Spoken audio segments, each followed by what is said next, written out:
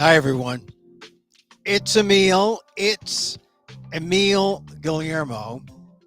Emil Amok to you. Welcome to my Takeout, Emil Amok's Takeout. My takes on all things considerable. Some of you get that joke. It's not really an inside joke, but it's all things considerable. Oh, yeah, Emil, tell me about it. Yeah, and this is the first day of the DNC, the Democratic National Convention. And of course, I'm in my closet. Far, far, far from Chicago, but that's all right because the key is not what the people inside the convention hall, what they feel, what they sense.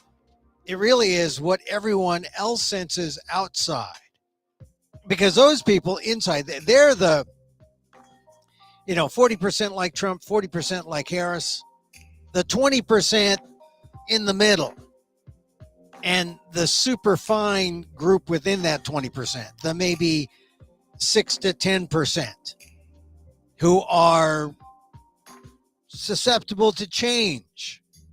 They're the voters that are going to determine this election.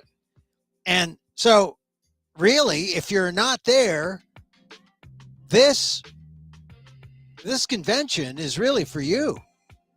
The convention is television show. The convention as remote outreach on the major media to people who are, quote, low information voters. And I just think that I'm going to be like a low information voter, seeing how they're trying to appeal to me, because that's the rhetoric of 2024. How are they reaching out to people who, number one, were kind of turned off because it was Biden, Trump, but now it's Biden's out, it's Trump, Harris. How does Harris capture those people who are now newly engaged?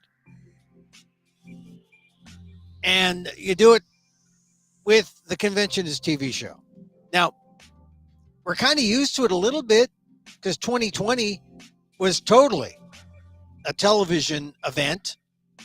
Remember, they had Zoom panels and whatnot because of COVID. And in some ways, I just assumed, well, that opened my eyes about what a convention really was. So I wasn't excited about going there, even though it is historic. And even though I've been to the historic ones for both Democrat and Republican. I was at the Clinton one in New York. I was at the Obama one in Denver. And part of me said, yeah, I'd like to go see what this is going to be like. But the security's tough. It's in Chicago. It's kind of has some history going for it. But like I said, it's a television show, and I'm going to watch it from here, and we'll talk about that here on our show throughout the week. This is a big day, the lead up to Biden saying goodbye, or we don't know exactly what he's going to say or how he's going to say it. I think he's going to play nice. I think he wants to play nice because by him stepping aside, it's all on Biden. I mean, Biden's a guy who made this happen. He was the enabler. And yet, the reports I'm looking at show that not so good, right? That, well, not so good, but it's bittersweet. We had this idea, that Axios reporting that Biden's bittersweet exit is what they call it. And,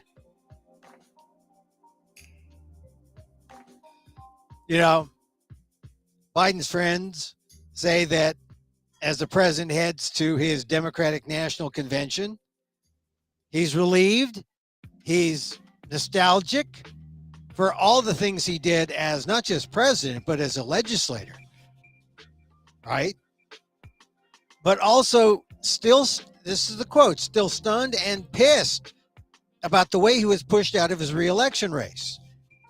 This is going to be politicking to the nth degree. How much does he indicate how stunned and pissed he is while still appearing gracious and still accepting the love that he's going to get tonight? This is a real political act, because he's going to have to try to be nice and see that what he's doing is bigger, greater, and better, not just for him, but for the country. I think it's sinking in, but remember, was the most powerful person in the land, right? As president of the United States. Now he's stepping aside, and it isn't really official until Thursday. But when Kamala Harris becomes the nominee, she is essentially the leader of the party.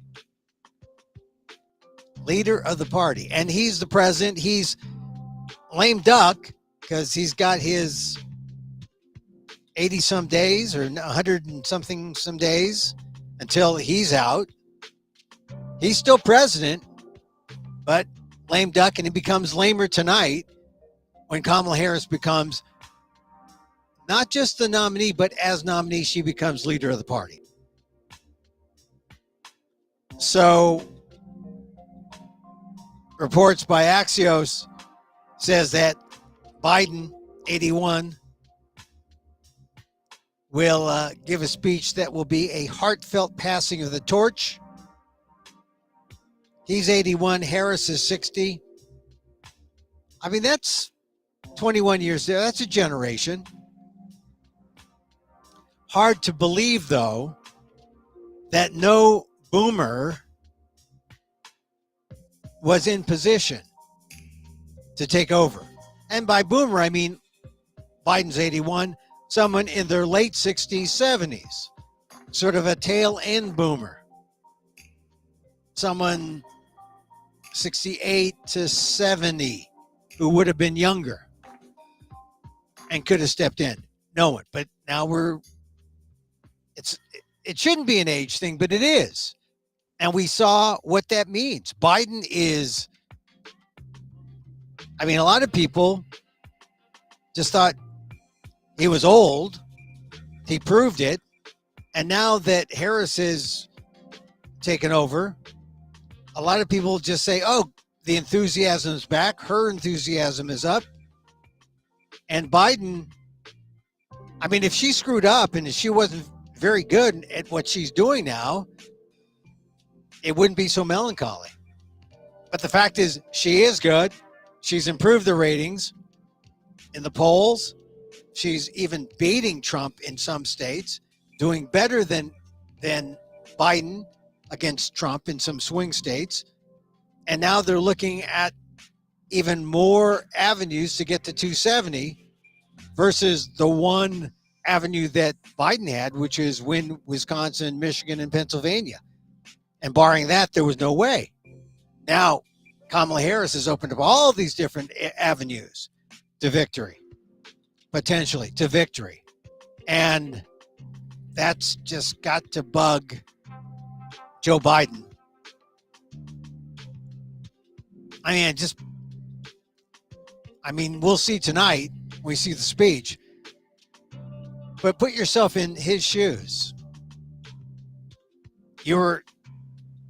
A month ago, you were thinking you were going to be president again. You were going to get your second term. You're going to finish the job. And now you got to give a speech of your life, not because you're going to be the next nominee for your second term as president, but because you want to be remembered as the guy who made it happen. Not the guy who did it, the guy whose shoulders everyone stood on and said, come on, Joe, let's go to the finish line.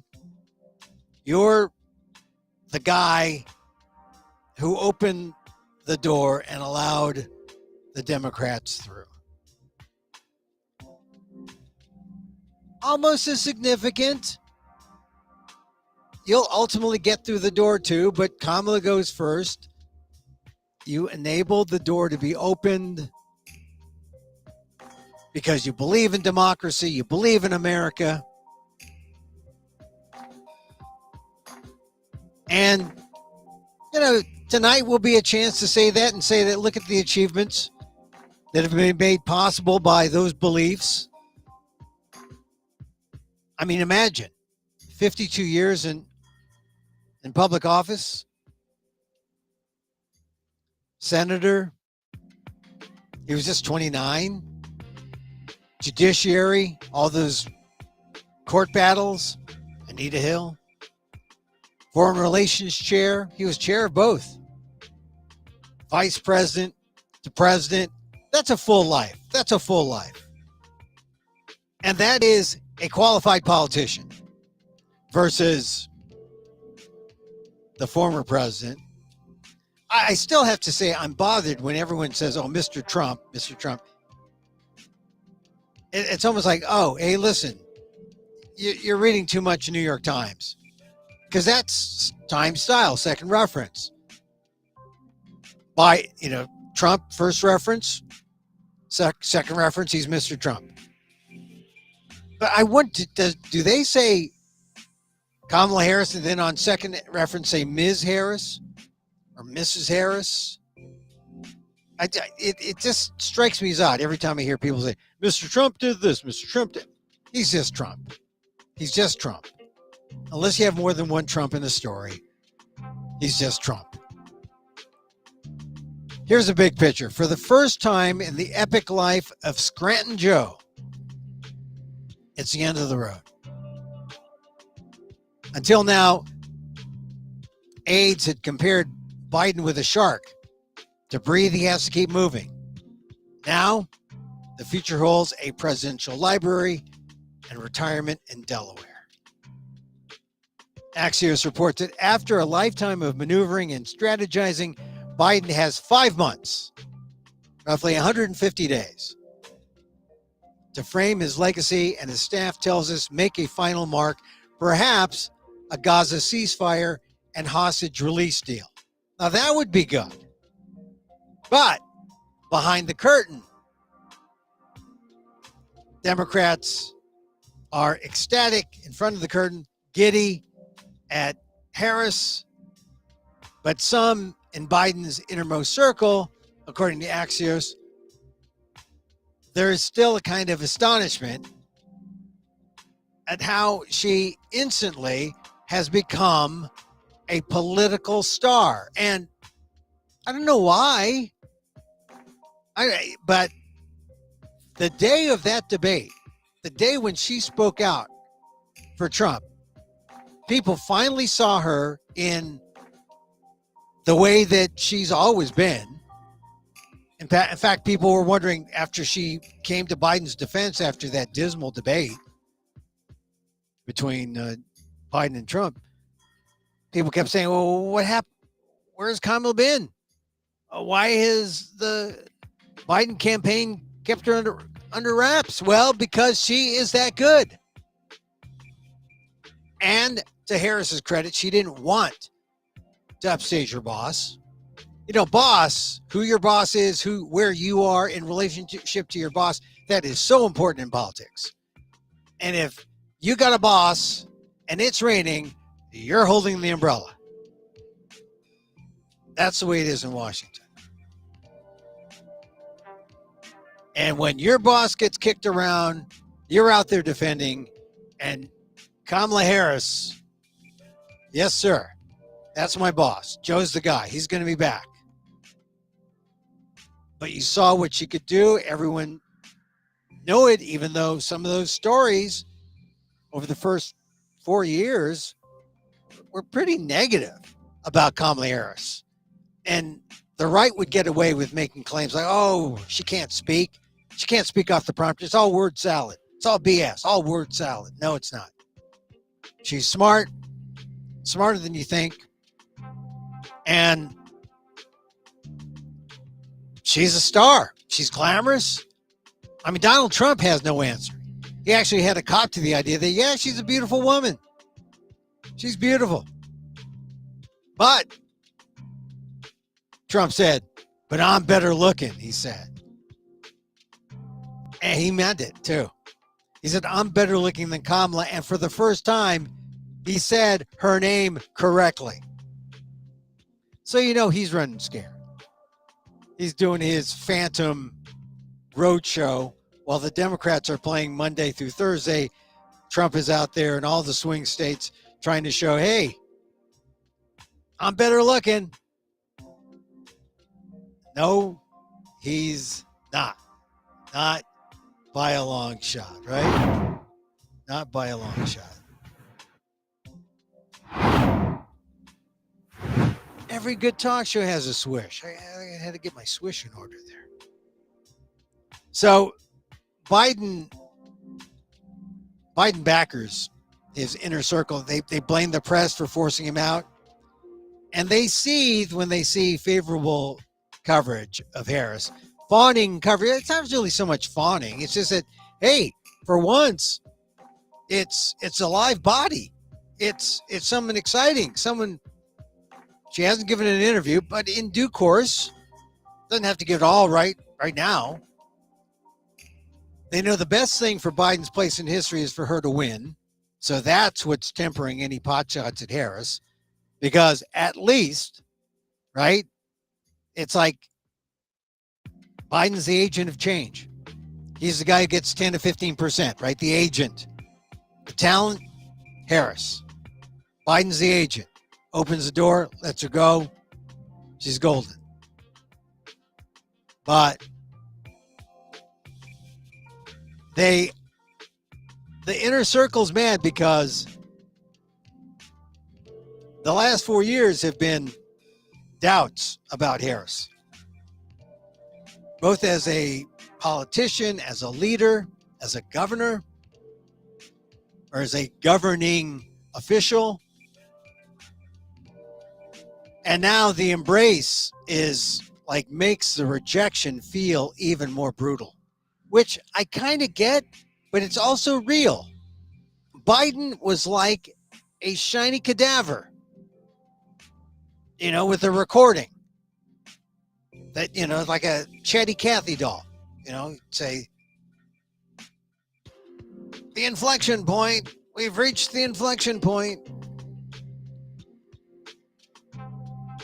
So Axios is reporting that the insiders aren't fooled by the patronizing praise of Biden by public officials who are knifing him just last month. So how do you go from the knife to the, oh, he's so great, Biden, he believes in democracy. This is politics, right? This is where you live with the lies. Or are they lies or are they just pleasantries? Biden and his aides long rationalized staying in the race because they were worried that Harris wasn't up to beating Trump, because they bought into the right-wing coverage of Harris as maybe she can't do it. But a lot happens in 4 years because she was ready 4 years ago. She just never got a chance. And if you're a person of color, you understand this. When you're waiting in the wings and forced to wait in the wings, and you are the also-ran, you're the apprentice, you're waiting your turn. In media, you work weekends. You work Saturday and Sunday. You hope the guy who's on in the anchor chair Monday through Friday gets sick so you can come in. But they don't want you because you look too good. So you got to wait. And I think they see Harris's being not necessarily coddled by the press, but she is being, I wouldn't say she's getting a free pass either, but she's getting decent treatment because, number one, she's alive. Number two, she has something to say. And number three, it is the new America. It's where we're going as a country. Biracial, multicultural, and if you're going to try to stop that, don't bother, because the population, the demographics are going toward Kamala Harris. I mean, people thought her 2020 campaign And her first year as vice president showed she wasn't ready. That was a bad first impression, but she got it. She learned. Some people say she ran away from responsibility, like immigration, rather than trying to tackle the issue head on. Biden felt that as vice president, he embraced tough assignments early on, including withdrawal from Iraq and implementing the stimulus package. Harris did not. I don't know if that was Harris trying to play it cool or the Biden folks just trying to protect her. The Biden team also saw Harris churn through staff at a far higher rate than Biden had when he was VP. And that's the truth. I often wondered about that myself because she was looking for that political edge. Who were the people? Your hired gun. And she wanted people to shoot different ways. But it was a churn. People noticed. And yet here we are, a month and a day after she takes over. 2 national polls give her a slight lead over Trump. And it just really shows how the Biden insiders were like out of it. So, according to Axios, Biden's going to finish the job. He's going to talk about those historic legislative accomplishments like the CHIPS Act, CHIPS and Science Act, the infrastructure bill, about getting projects launched. You know, that was a big deal in Congress. If you've served in Congress, you know, a lot of that is what kind of pork can you deliver to your people? You know, infrastructure, public works, lowering costs for the families. That's a big deal. Personal freedom, civil rights. So Biden's got a lot to say. He's got a lot to say. And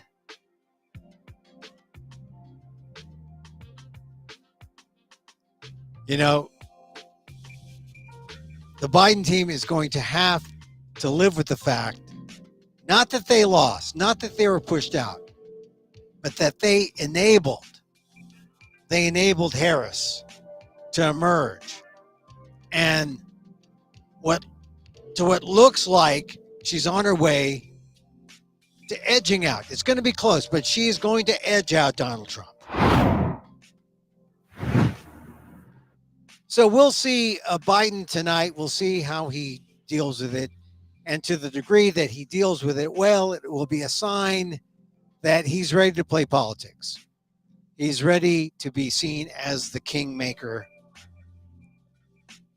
enabling power, not necessarily being the powerful. If you read my column in the ALDEF blog, aaldef.org/blog, where I talked about Kamala Harris's different proposals, you'll note that, you know, I don't know exactly what she's going to do. You know, the $25,000 down payment and the incentives to home builders. What other things? You know, the whole list of things that she's planning to do. The solving of gouging, economic. There are some gouging rules that can be put in effect now, but it's clear it's not all spelled out what she's going to do. There's something she wants to do, and economists or economic pundits on the left have all been critical, highly critical about what she said. You know, cost controls. Oh, this is going to, if you're going to go after the gougers, it's not going to be as bad as Trump says. Oh, this is communist. No, it's not communist. But what will be the effects of these kind of controls on prices? And I don't think she's yet spelled it out. It's sort of like not necessarily a trial balloon, but it's her expression about this is how we're going to try to find what's wrong with prices, and we'll see what can be done. I think you get bogged down if you talk about details and fairness, because even the critics, the leftist critics, don't know enough about what she means. It's not going to be in the platform, but it's one of those things that is developing and evolving as she gets more power and as the politics evolves too. I mean, the one thing about what she said about trying to control gouging is that it appeals to people's sense of fairness. Being fair isn't being a communist. Being fair speaks to curbing corporate greed. Should capitalists also be entitled to a fair profit and not to corporate greed? I think if you look at it and then you see what can be applied, she's announced policy, or I don't want to say the threat of policy, but she announced the leanings of a policy. But we'll just have to wait for details, right? I mean, we don't know enough. Even the leftists economists are critical. The real communists, well, not communists, they're more socialists. The socialists all say, well, some of it is okay, but most of it is sort of like, it's not communist. That's the criticism from the socialists that I've read some of their writings. The leftists are concerned because it's all just kind of suggestive, but not definitive. So we'll have to wait. We'll have to wait to see what the economic proposal is. But tonight is where we look at Joe Biden give his speech, say goodbye with grace. While the protests are outside, and they're going to be some big ones. Of course, they want a ceasefire. They want the U.S. held responsible for what's happening to Gaza. And all this while the U.S. is trying to negotiate a ceasefire, which is crazy because, you know, who's the big holdup in the ceasefire? It's Benjamin Netanyahu not giving enough wiggle room to get to a ceasefire. And the latest proposal was in this dispatch about a couple hours ago, rejected by Hamas, an updated proposal for ceasefire and hostage. So,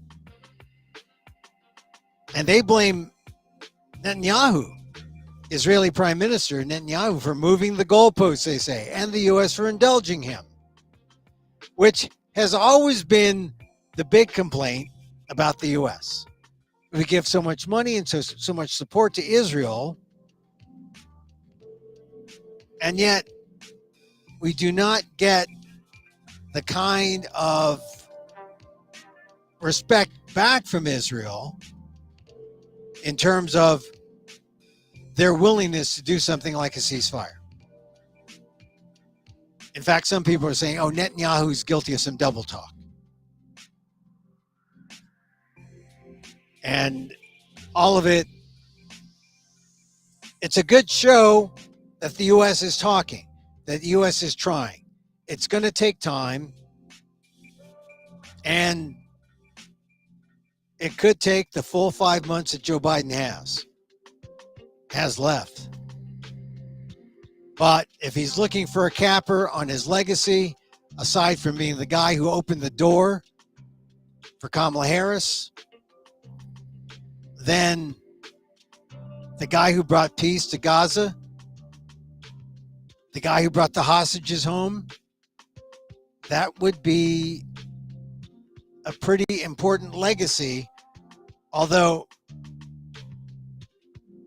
for this segment of the Forever War, it would be a good legacy.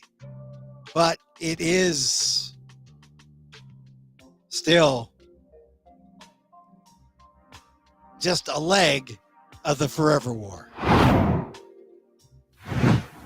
So I want to talk about the good Republican, because you're going to hear Biden tonight, and he's really the good centrist. He's the good liberal who will remember that you're a person of color, who will remember that you need help, and he will help you. I like Biden, but he's not a radical by any stretch, and he wants to do good for everybody. That's good. He's got a lot more in common with the Republicans than you think. So his message of saving democracy always appealed to the best Republicans. One of the best Republicans, retired federal appeals judge J. Michael Luttig, who was big on speaking out about Donald Trump during the impeachment. He has released a statement to CNN and says that when you have Republicans like Luttig come out and say, hey, Donald Trump is an existential threat to American democracy, well, you're not just making it up. Republican saying this, who's a veteran of 2 Republican administrations, says this is going to be the first time he's voting Democratic, or voting for a Democrat. As I point out, Republicans love to say Democrat Party, not Democratic Party. Because if they're the Democratic, if the Democrats are the Democratic Party, what are the Republicans? The undemocratic party? That's why they always say the Democrat Party, to sort of chide the Democrats. But they're the Democratic Party. Here's Luttig in his statement. In the presidential election of 2024, there is only one political party and one candidate for the presidency that can claim the mantle of defender and protector of America's democracy, the Constitution, and the rule of law. Luttig wrote in a statement obtained exclusively by CNN. As a result, I will unhesitatingly vote for the Democratic Party's candidate for the presidency of the United States, Vice President of the United States, Kamala Harris. Luttig is the guy who persuaded then Vice President Mike Pence to defy Trump and certify the 2020 presidential election. And that's an issue now. If the race is so close, or even if it's not, but it's better if it's closer, Donald Trump is going to block certification. And it's kind of sad, because we're going to all over again. It's because Donald Trump can't handle the Constitution. Donald Trump can't be a reasonable man. He shouldn't be president. Here's more from Luttig's statement. I'm voting for Vice President Harris. I assume that her public policy views are vastly different from my own. But I am indifferent in this election as to her policy views on any issues other than America's democracy, the Constitution, and the rule of law, as I believe all Americans should be. This is what you have to determine. What are the electable issues?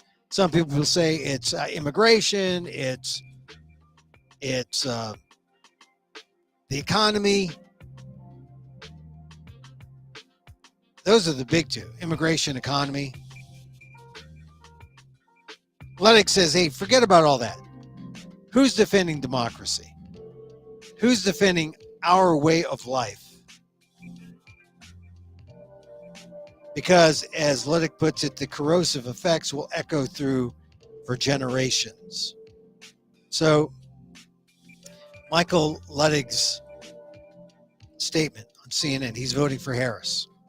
The good Republican. The good Republican. Revere the good Republicans because they are the true patriots. They're the American. They're not the ones who say, look, Donald Trump empowers me. If we give him power, he'll give us power. No. You empower him, he'll take your power away. And you'll realize what a big mistake it was to give him more power than he deserves. Don't need that. Don't need that.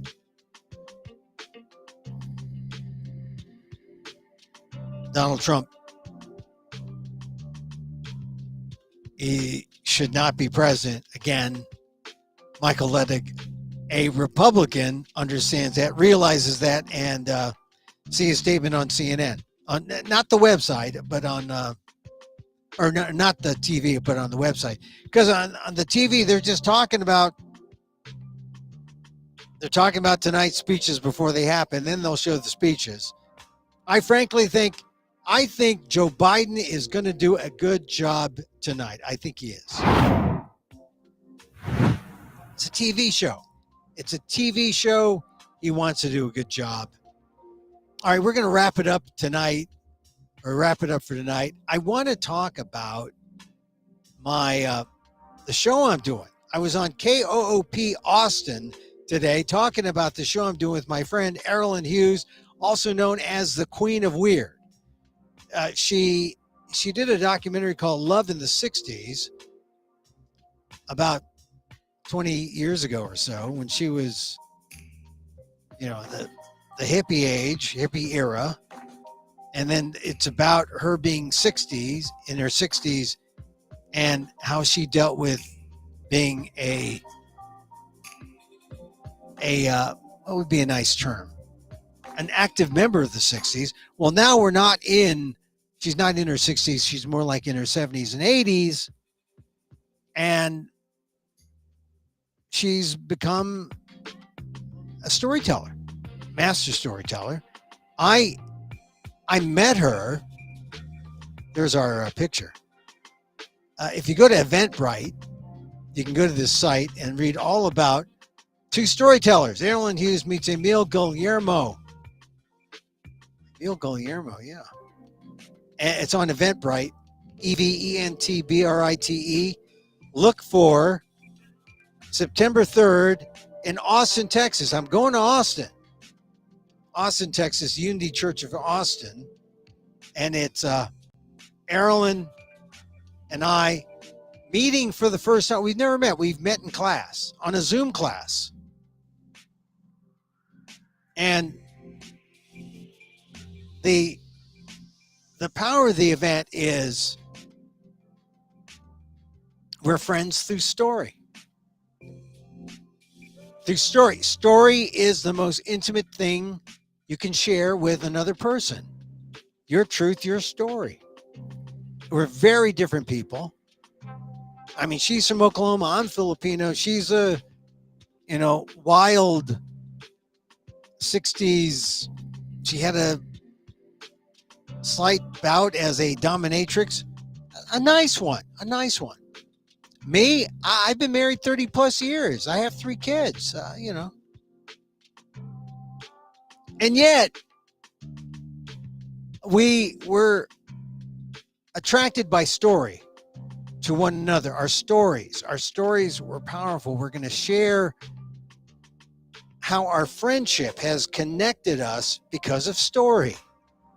And Amparo Garcia Crow is going to be the moderator for a while. Then we'll tell stories and people will be entertained for 90 minutes or so. Tickets are by donation, $25. Sliding scale, pay what you can. $25 is suggested. Get the tickets there on the Eventbrite site. Sign up. It's me and Erilyn. There, see, I went but I thought the gong matched the book she was holding. See how perfect strangers connect through story. It's on September 3rd. Go to Eventbrite, EVENTBRITE, eventbrite.com. Look up Emil Amok, Austin, Texas, or Maryland. She owned a potbelly pig, which sadly has passed on. But I'm told she really treated the pig nicely. Companion, an animal companion. So we have lots to talk about and lots of stories to share. So check it out. It's Erilyn and myself in Austin, September 3rd. Get your tickets on Eventbrite, eventbrite.com.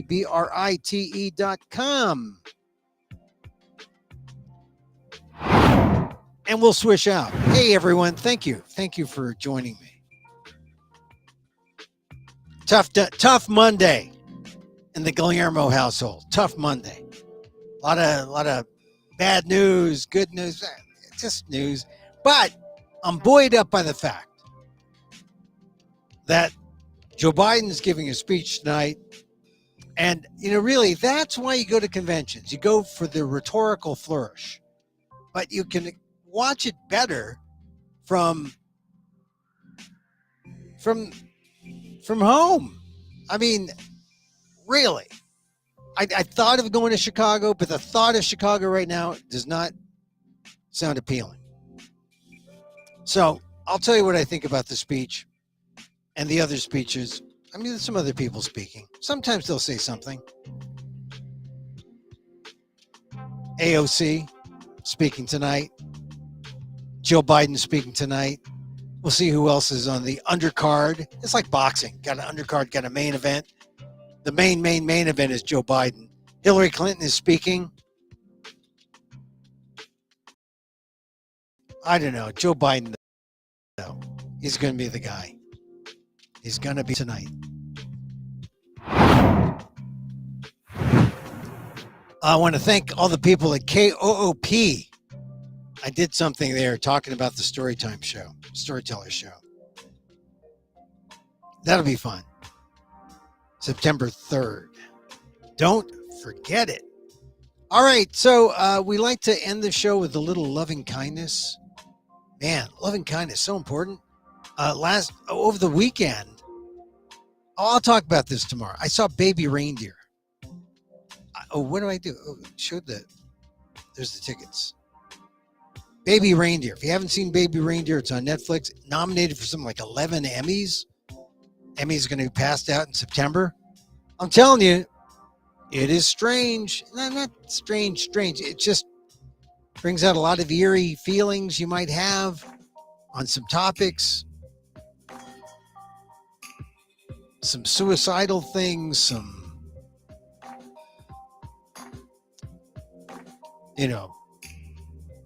stalking things. There's trans themes. There's sexual themes, of course. It's the modern world, and it started out as a thing in the Edinburgh Fringe. But I'll talk about it tomorrow. I mean, I'm just surprised that Baby Reindeer just never was on my reindeer wasn't on my radar until I started. I subscribe to some things where I get some live shows from Edinburgh on the internet. I saw one, and they were talking about, hey, everyone has a dream here. We all want to be Baby Reindeer. Oh, yeah, really? I had to check it out. There is a connection to Edinburgh. So I'll talk about it tomorrow. All right, that's it. Emil Guillermo here. Emil Amok to you. We like to end with a little meditation. Because ultimately everything's okay. No matter what happens, there's no good news, no bad. It's just all news. You just let it go. And so, as I wish for me, I wish for you. May you be safe. May you be happy. May you be healthy. And may you live with ease. Emil Guillermo here. Till next time. Mahal